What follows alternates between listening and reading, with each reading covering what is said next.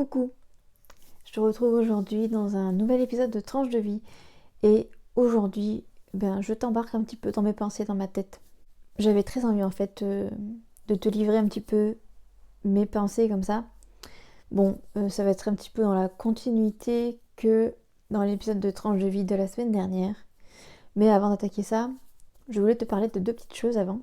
La première chose, c'est qu'aujourd'hui nous sommes le samedi 4 décembre et que aujourd'hui je suis allée faire la porte ouverte pour, je pense, la future école de mon fils. Je te dis je pense parce que du coup, si tu as vu l'épisode de la semaine dernière, je te disais que je pense très certainement de le mettre en école privée plutôt qu'en public. Je voulais un petit peu approfondir ce point-là dans un premier temps. Il faut savoir qu'en fait, dans le coin là où j'habite, de nouveau, on va dire, les écoles publiques, on va dire, c'est pas une question qu'elles ont une mauvaise réputation, mais disons que moi j'y ai été. J'ai vu les choses, on va dire, et il y a les mêmes instituteurs et institutrices, on va dire, là-bas. Et j'en ai eu la confirmation, puisqu'en recherchant un petit peu, je me suis rendu compte que c'était toujours les mêmes, et je refuse que mon fils ait les mêmes instituts que moi. Voilà, pour tout un tas de raisons, entre autres parce que je ne leur fais clairement pas confiance. Donc, j'ai des très très gros antécédents en ce qui concerne le scolaire. J'ai eu une phobie scolaire. J'ai fait une dépression également à cause du système scolaire. Donc je suis très stricte et très intransigeante avec les instituteurs et institutrices. Et quand je vois que c'est toujours les mêmes personnes qui y sont et qui ont un certain âge, je sais déjà que non, je ne peux pas. Je me sentirais beaucoup trop en insécurité par rapport à mon fils, donc il n'en est pas question. Ce matin, du coup, j'ai fait la porte ouverte de la potentiellement future école de mon fils, et ce sont que des jeunes instits qui ont l'air d'être vraiment passionnés par ce qu'ils font. Encore une fois, c'est une porte ouverte, donc voilà, ils vendent un petit peu l'école également, donc voilà, la personne la plus vieille de l'établissement, c'est le directeur du coup, mais sinon ce sont que des jeunes instits, et ça, moi, ça me plaît beaucoup. Également, ils ont une pédagogie qui, moi, me plaît énormément. Encore une fois, c'est sur le papier, aussi bien... Voilà, dans quelques mois, je te dirai l'inverse. Enfin, mon fils est censé rentrer en mois de septembre 2022, mais peut-être qu'après, je te dirai l'inverse. Mais en tout cas, sur le papier, cette école remplit les principales choses que j'aime, en tout cas. Il se base sur plusieurs pédagogies alternatives, comme la pédagogie Montessori, entre autres.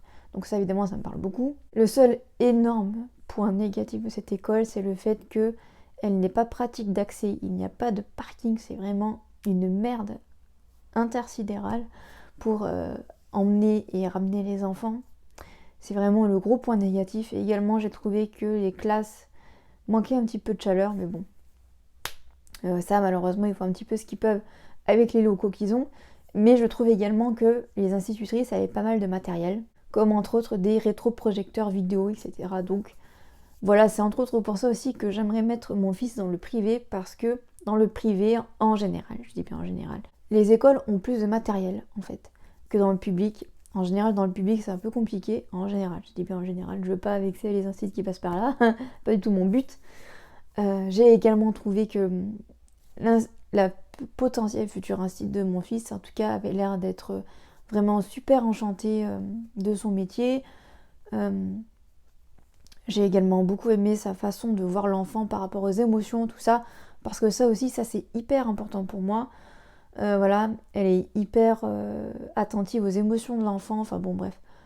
Pour moi vraiment, sur le papier en tout cas, ça colle parfaitement à ce que je veux pour mes enfants et pour mon fils dans un premier temps. Donc voilà, j'ai rendez-vous au mois de janvier avec le directeur du coup pour avoir un entretien avec lui par rapport à l'inscription. Et je pense que j'y emmènerai mon fils du coup, parce qu'après il fait une visite, on va dire, rapide de l'école. Et comme mon fils n'était pas avec moi pour la porte ouverte, parce qu'il est chez son père à l'heure actuelle, à la base en fait je me demandais si j'allais l'emmener ou pas pour la porte ouverte, parce que ce n'était pas sûr, on va dire à 100% à ce moment-là que j'allais le mettre là-bas ou pas. Là très clairement c'est du, on va dire 80% de chance qu'il aille là-bas, contre 20% on va dire par rapport à l'école publique. D'autant plus que ce que j'ai beaucoup aimé par rapport à cette école-là, école privée, c'est que les enfants sont très peu nombreux par classe, et ça aussi c'est quelque chose que je juge important. Donc voilà, comme j'ai expliqué, pour toutes ces raisons-ci, il y a 80% de chances qu'il y aille. Encore une fois, j'attends le rendez-vous de janvier du coup pour pouvoir avoir ce fameux rendez-vous avec le directeur de l'école et pour voir un petit peu comment lui voit les choses et discuter un peu plus avec lui pour voir si du coup tout ce que ces instituts-là m'ont dit sont raccord avec ce que le directeur va me dire. Donc, on verra bien, mais en tout cas, ça part vraiment bien. Deuxième chose que je voulais aborder avec toi, je voulais du coup te reparler de mon eczéma, puisqu'en fait je suis quelqu'un qui fait de l'eczéma. J'en fais surtout sur 2 parties du corps, au niveau du cuir chevelu et au niveau de mes mains, surtout plus particulièrement ma main gauche. Je vais te montrer un petit peu, mais voilà, tu vas voir un tout petit peu et encore là, c'est pas grand chose comparé à ce que j'avais la semaine dernière. La semaine dernière, c'était vraiment horrible et je voulais du coup te parler d'une crème et c'est cette crème-ci. Donc, c'est en fait une crème que j'achète en magasin bio et c'est tout simplement la crème de secours. La crème de secours même aux fleurs de bac. Si tu as des hémangiaisons, si tu as de l'eczéma, je te conseille 10 milliards de pourcents cette crème. Même si tu te fais mal, etc. Vraiment, je te conseille cette crème. Il faut savoir que moi, je fais de l'eczéma émotionnel. Comme tu peux t'en douter, avec tout ce que je t'ai expliqué actuellement, émotionnellement, c'est le bordel. Voilà, on va pas dire autre chose. Donc du coup, cette crème-là me soulage énormément. Pourtant, j'ai essayé plein de choses. J'ai essayé ce qu'on conseille, on va dire, quand on a de l'eczéma, c'est-à-dire de l'aloe vera, du beurre de karité, de l'huile de coco. J'ai essayé également de faire attention à la température de l'eau quand je me douche, parce que ça aussi, ça a une importance. Si par exemple, tu adores prendre une douche bien chaude, c'est déconseillé, il vaut mieux prendre une douche tiède. Voilà, ni trop froide, ni trop chaude. Et également, en fait, là où mes parents habitent, c'est un coin qui est extrêmement calcaire, et le calcaire et l'eczéma, ça fait pas du tout bon ménage. Donc, voilà, j'ai l'impression que depuis que je remets cette crème, on va dire mes démangeaisons sont un peu plus supportables. Mais très clairement, tant que émotionnellement ça n'ira pas mieux, mon eczéma va rester et va littéralement me faire chier. Au niveau du cuir chevelu, je ne peux pas faire grand chose en fait, à part me gratter. Parce que très clairement, si je devais m'enduire de crème de secours, déjà que c'est une crème qui n'est pas donnée, alors si en plus je devais littéralement me plonger la tête dedans, ça coûterait beaucoup trop cher. Donc voilà, mais on va dire que le pire c'est au niveau des mains. Au niveau des mains, c'est une horreur. Mais voilà, au niveau du cuir chevelu, il y a des jours où... Vraiment, il y a des jours, suivant les émotions que je vais ressentir, si par exemple je suis très très énervée, ça va me gratter énormément. Si par contre ça va aller. Tu vois, comme là actuellement, c'est à peu près supportable, même si, voilà, comme là, voilà, j'en parle, donc du coup, je me gratte, on adore. Voilà, je vais fermer un petit peu les 2 points que je voulais aborder avec toi, on va dire, en première partie de cette vidéo aussi. Et maintenant, je vais un peu plus rentrer en détail dans mes pensées qui me bouffent littéralement la vie ces derniers jours et ces dernières semaines. Je suis quelqu'un qui est extrêmement sensible à l'ASMR. À la plupart des ASMR qui existent, on va dire, sur YouTube. Et depuis, on va dire, 2 bonnes semaines. Pour réussir à m'endormir le soir, je suis obligée, en fait, de me mettre une vidéo ASMR, de chuchotement, par exemple, de gens qui chuchotent, en fait. Je suis obligée, parce que sinon, je n'arrive pas à m'endormir. Et ça, c'est la première fois que ça m'arrive. Ça ne m'est littéralement jamais arrivé. Ça m'est arrivé dans le passé, en fait, quand je voulais dormir, par exemple, l'après-midi, et que je n'y arrivais pas, je mettais un petit peu d'ASMR, paf, je m'endormais. Mais le soir, ça ne m'arrivait jamais, pour la bonne et simple raison qu'avec voilà, mon quotidien plus 2 enfants en bas âge, autant te dire que j'avais vraiment hâte d'aller me coucher parce que j'étais claquée de chez claquée, et que du coup, une fois que mes enfants avaient tété, je m'endormais presque automatiquement. C'est ça aussi un petit peu le miracle de l'allaitement, c'est que quand on allaite, ça crée en fait l'hormone du sommeil, plus ou moins, ça crée aussi beaucoup d'ocytocine, ça aide à se relaxer et à littéralement tomber de sommeil. Mais malheureusement, depuis 2 semaines, j'ai tellement de choses qui rentrent dans ma tête en fait et qui ne veulent pas sortir que je n'arrive tout simplement pas à trouver le sommeil. Et le matin, une fois que j'ai les yeux grands ouverts, c'est impossible pour moi de me rendormir. Et ça, c'est vraiment très compliqué. J'avais envie du coup un petit peu de te partager un petit peu ces pensées qui littéralement m'empoisonnent.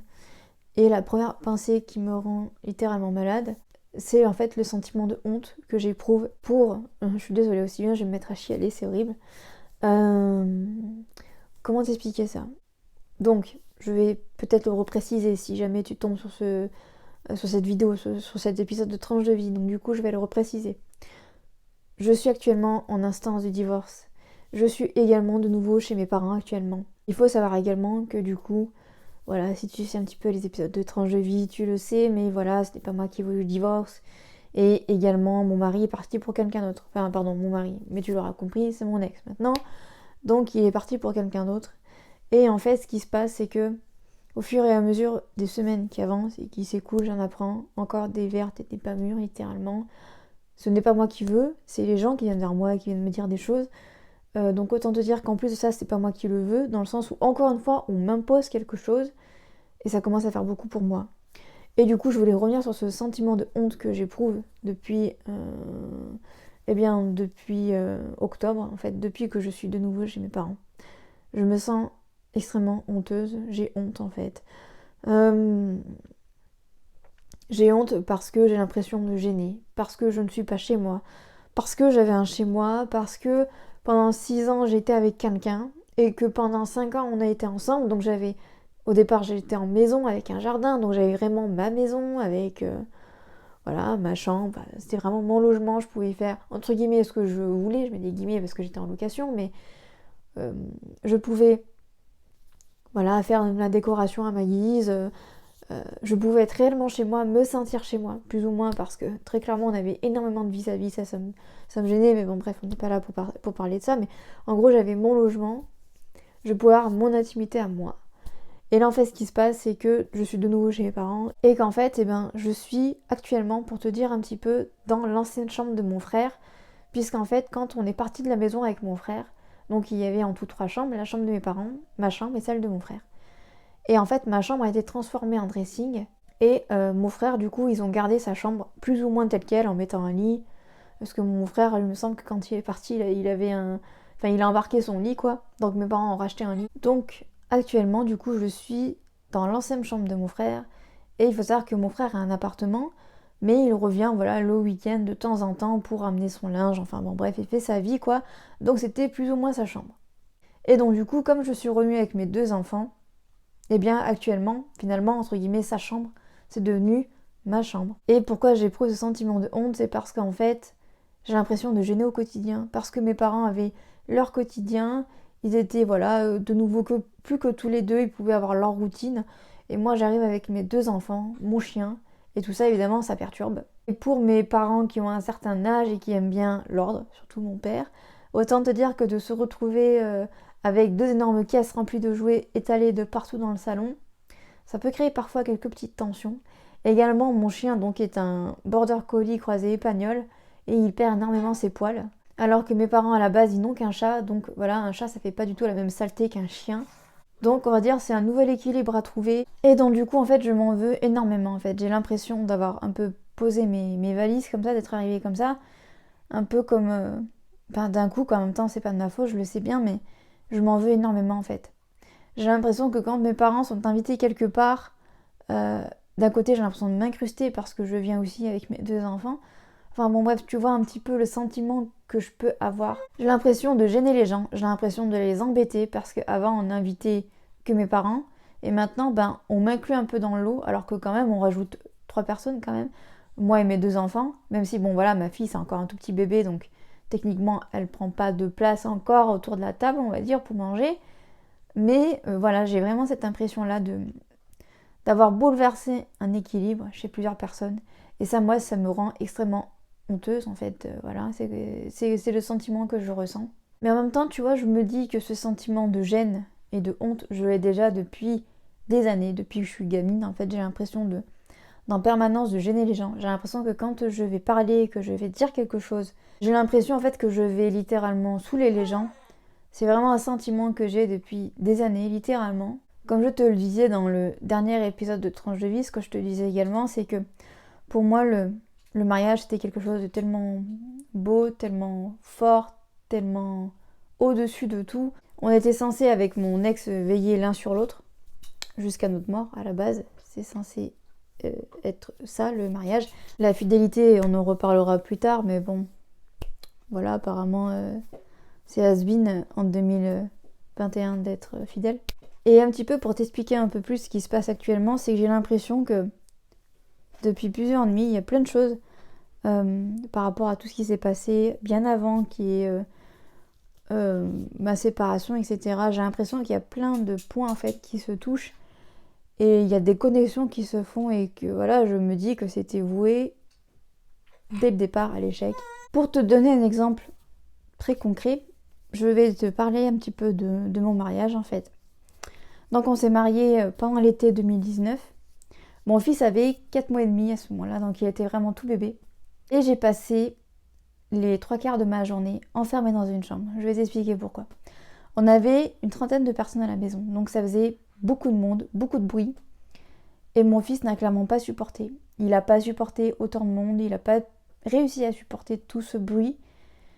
Et en fait, le seul moment où j'ai réussi à le poser, ça a été pour manger. J'avais d'ailleurs mis le babyphone parce qu'il s'était endormi.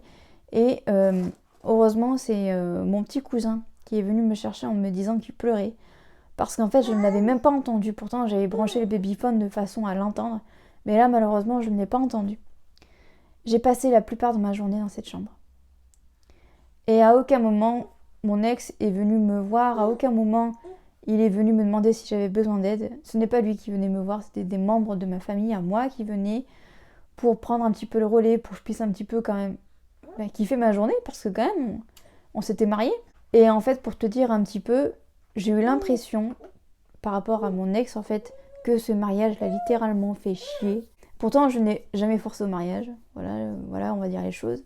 Ce n'est pas moi qui ai fait la demande de mariage, c'est lui. J'ai jamais forcé. J'ai juste dit que voilà, pour moi, je trouvais que le mariage était beau et voilà, j'aimerais bien que ça m'arrive. Mais j'ai jamais forcé en fait. Mon ex a fait une demande, je l'appuyais jamais dessus. Enfin, je veux dire, si vraiment ça le faisait autant chier, pourquoi est-ce que on s'est mariés par la suite? Enfin, pourquoi est-ce qu'il a voulu me faire une demande? On va dire que cette journée a été un petit peu les prémices du reste, puisqu'en fait, ça a été hyper révélateur. Malgré le fait qu'il y ait plein de monde et que voilà, c'était quelqu'un qui avait besoin de se faire mousser et de montrer qu'il était plus beau, plus fort, tout ça. Et bien même ce jour-là, où il aurait pu m'aider, il ne l'a pas fait. Et pour te dire un peu, donc du coup, la journée, on était chez nous. Et le soir, on a fait, on va dire, un after, un plus petit comité chez mes parents. Et ça a été la même chose. C'est-à-dire que lui, il a littéralement kiffé sa journée, sa soirée. Et moi, littéralement, j'étais littéralement dégoûtée. Parce qu'en fait, je n'ai absolument pas profité de ma journée, plus ou moins.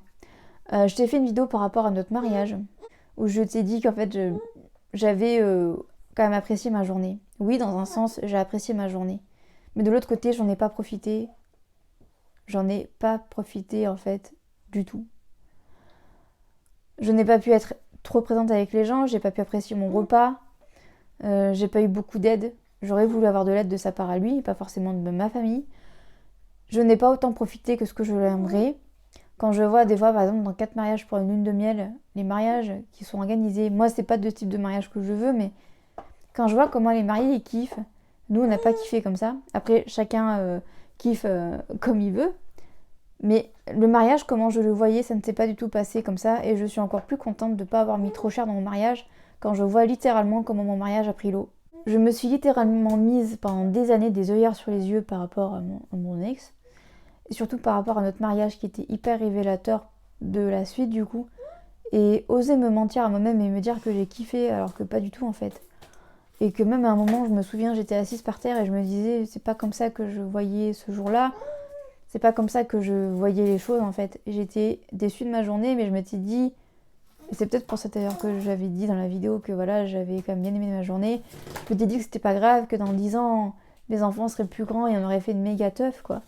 Et on se serait rattrapé. Bon, à l'arrivée, il y aura pas de 10 ans de mariage, hein. En tout cas, pas avec lui. Pour être honnête, je pense. Enfin, je ne veux pas me remarier. En tout cas, c'est pas du tout dans mes plans. Je me dis pas un jour j'aurai de nouveau un mariage correct. Non. J'ai pas envie de me marier, mais il ne faut jamais dire jamais. Comme je ne veux clairement pas refaire ma vie, et en même temps, j'aimerais bien des fois avoir quelqu'un dans ma vie, mais j'ai tellement souffert en fait par rapport aux hommes dans ma vie en fait qui ont partagé ma vie. J'ai eu très peu de copains voilà, dans ma vie. Il y a une vidéo qui va sortir à ce sujet d'ici quelques temps, mais j'ai eu très très peu d'hommes dans ma vie. On va dire que mon mari, ça a été, enfin mon ex-mari pardon plutôt, ça a été le vrai premier mec, en fait, on va dire, avec qui j'ai eu une vraie relation, enfin, on va dire une très longue relation. J'ai eu, on va dire, un premier amour comme la plupart des gens, mais ça n'a pas duré, c'était pas une très bonne relation. Tu vas me dire, avec mon ex-mari, ça n'a pas du tout été une très bonne relation, finalement. Je pense, en fait, ce qui est très dur pour moi, c'est de de voir finalement tout ce qu'on a traversé en tant que couple. Et quand je vois tout ce que j'ai sacrifié, tout ce que j'ai donné, toute mon énergie que j'ai donnée pour lui, pour nos enfants aussi également, tout ce que j'ai donné, j'ai pas d'autres mots. Et c'est ça en fait finalement le problème, c'est qu'en fait j'ai donné à tout le monde. J'ai donné à mon ex-mari, j'ai donné à mes enfants.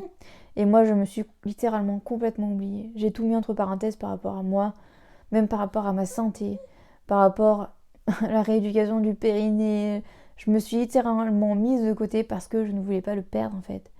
Mais en fait, ce n'était juste qu'un compte à rebours qui était littéralement lancé. Et tôt ou tard, il allait décider que tout cela allait prendre fin. Là, on va dire, je lui ai facilité grandement les choses parce qu'en fait, je suis partie une semaine chez mes parents. Donc pour lui, ça a été l'occasion de me larguer. Comme tu le sais, et je le répète beaucoup, je suis pas quelqu'un qui lave son linge sale en public. J'essaye de faire attention à ce que je dis, c'est marrant parce que je me re-entends dire cette phrase sur le tranche de vie de la semaine dernière. Mais voilà, j'ai envie de t'en parler. J'ai envie de t'en parler et j'estime que c'est mon droit d'en parler, que voilà, c'est sur ma chaîne et que je me dis que actuellement c'est mon état d'esprit et que dans quelques mois ça aura changé. Et c'est bien parfois de laisser une trace de ce genre de situation-là. Parce que parfois, on ne se rend pas forcément compte de tout chemin qu'on a parcouru. Et parfois, regarder sur le long terme ou court terme ce qu'on a pu penser à un moment donné et l'évolution qu'on a eue, bah, ça fait du bien. Et c'est entre autres pour ça que j'ai envie de partager plus de pensées comme ça, plus les choses qui sont dans ma tête et que je ne pense pas te dire ou que je ne veux pas te dire parce que j'estime que ça va être sur internet et que je veux pas que ça porte préjudice. Voilà, encore une fois, je veux pas que ça porte préjudice aux autres. Mais en fait, encore une fois, je ne pense pas à moi, je pense aux autres d'abord. Ça a été un très gros tort dans la plupart de mes relations, que ce soit amicales ou amoureuses. Et maintenant, j'ai besoin moi aussi de dire des choses, de penser à moi. Et si j'ai envie de t'en parler et que tout ça, ça soit sur internet, eh bien, je le fais. Et c'est ce que littéralement je suis en train de faire aujourd'hui. Je pense que tu l'auras remarqué, mais en l'espace de 2 semaines, parce que techniquement, j'ai filmé le tranche de vie de la semaine dernière, la semaine d'avant. En 2 semaines, il s'est passé encore énormément de choses. J'ai appris, encore une fois, énormément de choses. C'est pour ça que j'ai littéralement explosé, en fait, une nouvelle fois. Parce que, avant qu'il se passe tout ça, dans le sens où, avant que l'épisode de tranche de vie ne sorte, et qu'il s'est passé encore plein de choses, j'ai fait énormément de cadeaux. Je mets des guillemets sur cadeaux, mais j'essayais encore beaucoup d'arranger mon ex par rapport à des petits trucs. Mais quand j'ai vu qu'il me prenait littéralement pour une conne, je me suis dit qu'il faut que j'arrête et que je fasse comment moi je vois les choses et comment moi ça m'arrange et pas comment lui avec son petit confort, voilà, il faut pas qu'il en fasse trop. Donc voilà, j'ai décidé que à partir de maintenant, on allait faire les choses comme il faut et pas comment lui il veut que les choses soient faites. La seule chose que je veux mettre avant tout, c'est le confort de mes enfants. Il y a des choses, on va dire, qu'on a mis en place. Mon fils et ma fille vont être en garde alternée chez leur père. Alors, pour t'expliquer un petit peu, ma fille actuellement ne va pas chez son père parce qu'elle est encore allaitée et qu'elle est encore trop petite. Donc, quand elle sera plus grande, elle ira chez son père. Mais pour l'instant, ce n'est pas prévu. Et autant te dire que j'ai extrêmement hâte qu'elle aille aussi chez son père. Parce que mon ex-mari va devoir gérer les 2 enfants en même temps. Et là, il va voir un petit peu ce que ça fait. Parce qu'autant te dire que gérer un enfant, il n'a pas l'habitude. Gérer 2 enfants, il a encore moins l'habitude. Et là, il se rendra peut-être un peu plus compte des choses que moi, je vivais en étant seule pratiquement tout le temps, littéralement. Tu dois peut-être te demander également, parce que évidemment, je t'ai dit que la rupture, elle m'est un peu tombée dessus comme ça.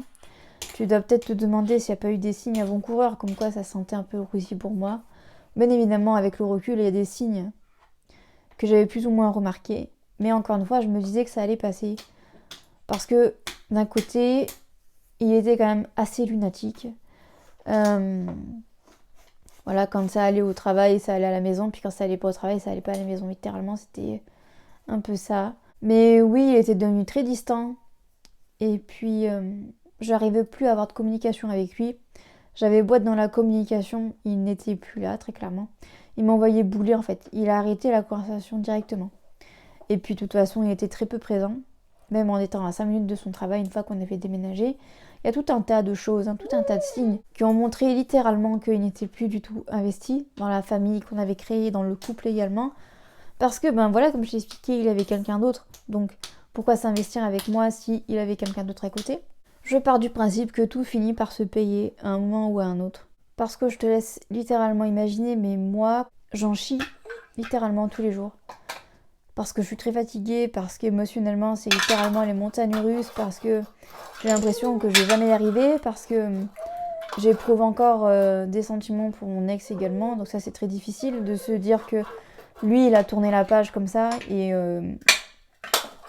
moi, j'espère que le temps fera ses preuves. Voilà. Mais pour moi, voilà, tout est compliqué, tout est difficile. Même, tu vois, quand j'ai fait la porte ouverte pour l'école de mon fils, juste le fait d'entendre le papa et la maman, pour moi, c'est très dur. Parce que, ben voilà, pour mon fils, ça ne sera pas ça. Donc voilà, je vais m'arrêter là pour ce numéro de tranche de vie. J'espère que cette vidéo t'aura plu. Et jusqu'à jeudi 18h, je te souhaite une très bonne journée, semaine. Bye bye.